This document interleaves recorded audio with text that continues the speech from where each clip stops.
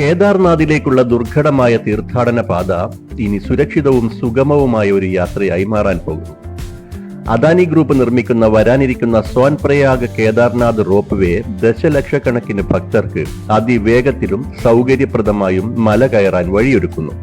പുരാതനവും പവിത്രവുമായ ആ പുണ്യ സങ്കേതത്തിലേക്ക് ഭക്തിയോടെ എത്തുന്നവർക്ക് ഇത് വലിയ ആശ്വാസമാകും. ഈ ഗംഭീരമായ മലനിരകൾ വൈകാതെ ഭക്തരുടെ പ്രാർത്ഥനകളാലും ആത്മീയ ചൈതന്യത്താലും മാറ്റൊലികൊള്ളും.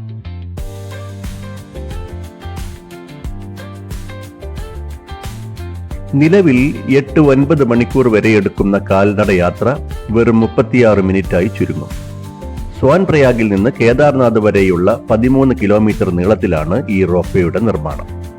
ഒരു മണിക്കൂറിൽ ഒരു വശത്തേക്ക് 1800 യാത്രക്കാരെ കൊണ്ടുപോകാൻ ഇതിന് സാധിക്കും.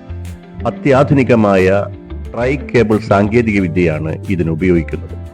ഏകദേശം 4000-ലധികം കോടി രൂപ ചെലവിലാണ് അദാനി ഗ്രൂപ്പ് ഈ പദ്ധതി നടപ്പിലാക്കുന്നത്.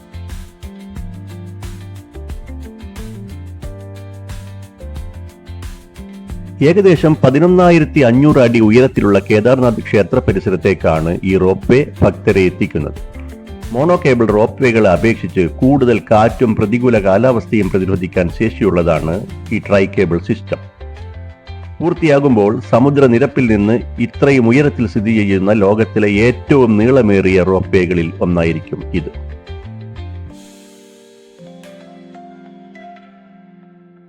ഈ റോപ്പ് വേ പാതയിൽ പ്രധാനമായും 4 സ്റ്റേഷനുകളാണുള്ളത്.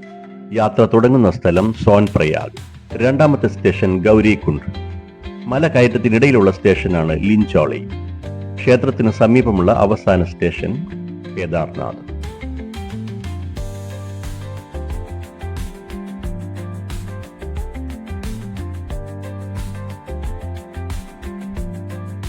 ഭക്തിയുടെയും ആധുനിക സൗകര്യങ്ങളുടെയും ഇടയ്ക്കുള്ള ഒരു പാലം എന്നാണ് ഈ പദ്ധതി വിശേഷിപ്പിക്കപ്പെടുന്നത്.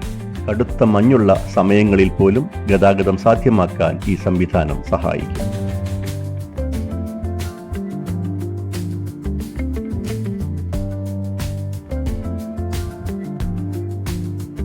ഹെലികോപ്റ്റർ സർവീസുകൾ കുറയ്ക്കുന്നതിലൂടെ ശബ്ദ മലിനീകരണവും കാർബൺ പുറന്തള്ളലും കുറയ്ക്കാനും ഇതുവഴി സാധിക്കും.